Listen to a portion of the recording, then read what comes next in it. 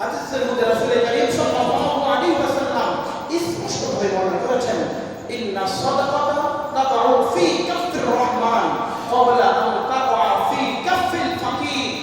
কোন এতিম গরীব অসহায় তাদের হাতে তোমাদের এই দান খয়রাত সাদাকা এটা দেওয়ার পূর্বেই এটা রব্বে কারীমের হাতে পৌঁছে যায়। সুবহানাল্লাহ। দেখছেন কত সুন্দর হাদিসের বর্ণনা।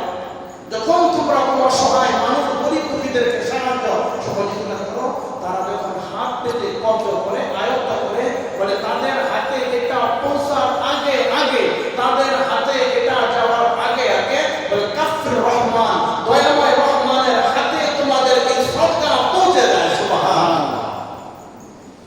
মুহতারাম হাজিরিন, যে আয়াতি কারিমা তেলাওয়াত করেছি, এই আয়াতি কারিমায় আল্লাহ তাআলা ঘোষণা করেন, ওয়া আকিদুল্লাহা করদান হাসানা। আল্লাহ তাআলাকে করদে হাসানা দাও, অর্থাৎ আল্লাহ তাআলাকে উত্তম করজ দাও। যদিও আয়াতে কারিমাটা যাকাতের ক্ষেত্রে প্রযোজ্য, তবে দান সদকার ক্ষেত্রে এই আয়াতে কারিমার অর্থ নেওয়া যেতে পারে। তো আল্লাহ তাআলা করজ কেন চাইলেন? ওয়া আকিদুল্লাহা করদান হাসানা, আল্লাহকে করদে হাসানা দাও। আল্লাহর করদে হাসানা, তিনি কার জন্য করদে হাসানা চাচ্ছেন? গরীব মিসকিন এতিম অসহায়দের জন্য আল্লাহ তাআলা বলেছেন, তাদের জন্য আমি এই করদে হাসানা তোমাদের কাছে চাচ্ছি। কেন? করদে হাসানা দিলে কি লাভ হবে? আল্লাহ তাআলা বলেন, তাজিদুহু ইনদাল্লাহ, তোমরা যদি করদে হাসানা দাও তাহলে এর বিনিময়ে রব্বে কারীম তোমাদেরকে উত্তম বদলা, উত্তম প্রতিদান আল্লাহ তোমাদেরকে দেবে। সুবহানাল্লাহ। তাহলে এতিম গরীব অসহায় মিসকিনদের জন্য আল্লাহ বলেন, তোমরা যদি কোনো বান্দার খেদমত করো তাহলে আমার খেদমত করা হবে। তোমরা যদি কোনো দুনিয়াবাসীর উপর তাদের প্রয়োজন পূরণ করো, তাদের হাজত পূরণ করো, তাহলে আমি তোমাদের অগণিত অসংখ্য হাজত আমি আল্লাহ তোমাদের পূরণ করে দেব। সুবহানাল্লাহ। আল্লাহ তাআলা বলতেছেন, এই করদে হাসানাটা এটা আমি আল্লাহ স্বয়ং নিজে কবুল করি। সুবহানাল্লাহ। নিজে গ্রহণ করি। আল্লাহ তাআলা বলতেছেন, আলাম ইয়ালামু আন্না আল্লাহা হুয়া ইয়াকবালু তাওবাতা আন ইবাদিহি ওয়া ইয়াখুযু সাদাকাত। আলাম ইয়ালামু, তারা কি জানে না? আল্লাহ হুয়া ইয়াকবালু তাওবাতা, আল্লাহ তাআলা তো তার বান্দাদের তওবাকে কবুল করেন। সুবহানাল্লাহ। ওয়া ইয়াখুযু সাদাকাত, এবং তিনি নিজে এই দান সাদাকা, দান খয়রাত আল্লাহ নিজে এটা গ্রহণ করেন। দুনিয়ার দৃষ্টিকোণ থেকে হয়তো আমরা অবলোকন করি, আমরা দেখি যে দুনিয়ার গরীব এতিম অসহায় মানুষ এটা হাত পেতে এটা কবজ করে। আমরা যখন যাকাত প্রদান করি, আমরা যখন দান করি, সদকা করি, তখন দুনিয়ার মানুষ শুধুমাত্র এটা কবজা করে, মাত্র মানুষ এটা কবজা করে, আয়ত্ত করে। আল্লাহ বলেন যে মানুষ শুধু আয়ত্ত করে, কিন্তু এটা মূলত আমি আল্লাহ নিজে এটাকে গ্রহণ করি। সুবহানাল্লাহ। হাদিসের মধ্যে রাসূল কারীম সাল্লাল্লাহু আলাইহি ওয়াসাল্লাম স্পষ্টভাবে বর্ণনা করেছেন, ইন্না সাদাকাতা তাকউ ফি কাফির রহমান ক্বাবলা আন তাকআ ফি কাফিল ফাকির। কোন এতিম গরীব অসহায় তাদের হাতে তোমাদের এই দান খয়রাত সাদাকা এটা দেওয়ার পূর্বেই এটা রব্বে কারীমের হাতে পৌঁছে যায়। সুবহানাল্লাহ। দেখছেন কত সুন্দর হাদিসের বর্ণনা। যখন তোমরা কোনো অসহায় মানুষ গরীব দুঃখীদেরকে সাহায্য সহযোগিতা করো, তারা যখন হাত পেতে কবজ করে আয়ত্ত করে বলে তাদের হাতে এটা পৌঁছার আগে আগে, তাদের হাতে এটা যাওয়ার আগে আগে বলে কাফির রহমান, দয়াময় রহমানের হাতে তোমাদের এই সদকা পৌঁছে যায়। সুবহানাল্লাহ।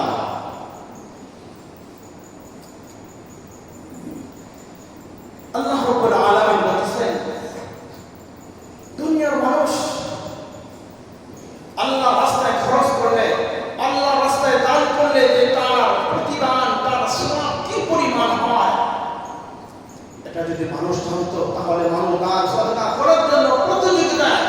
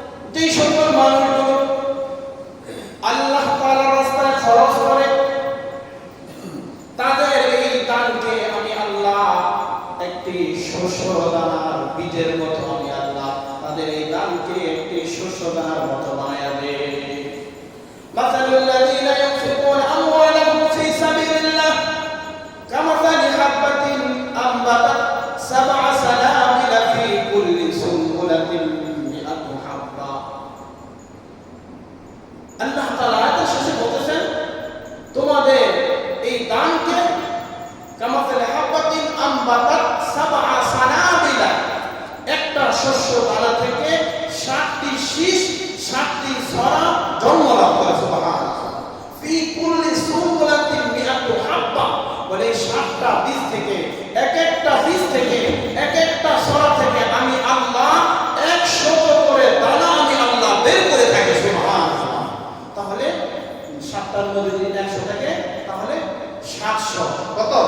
আল্লাহর রাস্তায় যদি কেউ 1 টাকা দান করে তাহলে আল্লাহ তাআলা বলতেছেন যে আমি 1 থেকে আমি 700 গুণ পর্যন্ত আমি আল্লাহ বৃদ্ধি করে দেব। সুবহানাল্লাহ।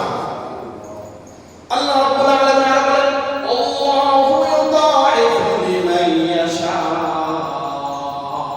আল্লাহু ইউদাইফু লিমান ইয়াশা, আমি আল্লাহ যাকে ইচ্ছা আরো বহু গুণ বৃদ্ধি করে দেব। সুবহানাল্লাহ। বলে 700 না, বলে কি পরিমাণ আমি দান সদকা খয়রাতের প্রতিদান আজম এর সব আমি বান্দাকে দিব। বলে আমি ছাড়া, হ্যাঁ আমি এত পরিমাণ দিব, বলে আমি বহুগুণ বৃদ্ধি করব। আল্লাহু বিগাইরি হিসাব, কি পরিমাণ দিব এটা পৃথিবীর কোনো কেউ কাটার এটা হিসাব মিলাতে পারে না। সুবহানাল্লাহ। পৃথিবীর কোনো মানুষ জানে না কি পরিমাণ আল্লাহ তাদের এই প্রতিদান এই আদর আল্লাহ তাআলা তাদেরকে দিবেন।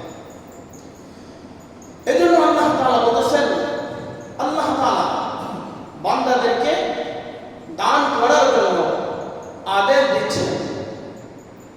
দান করার জন্য আল্লাহ তাআলা মানুষকে উৎসাহিত করতেছেন।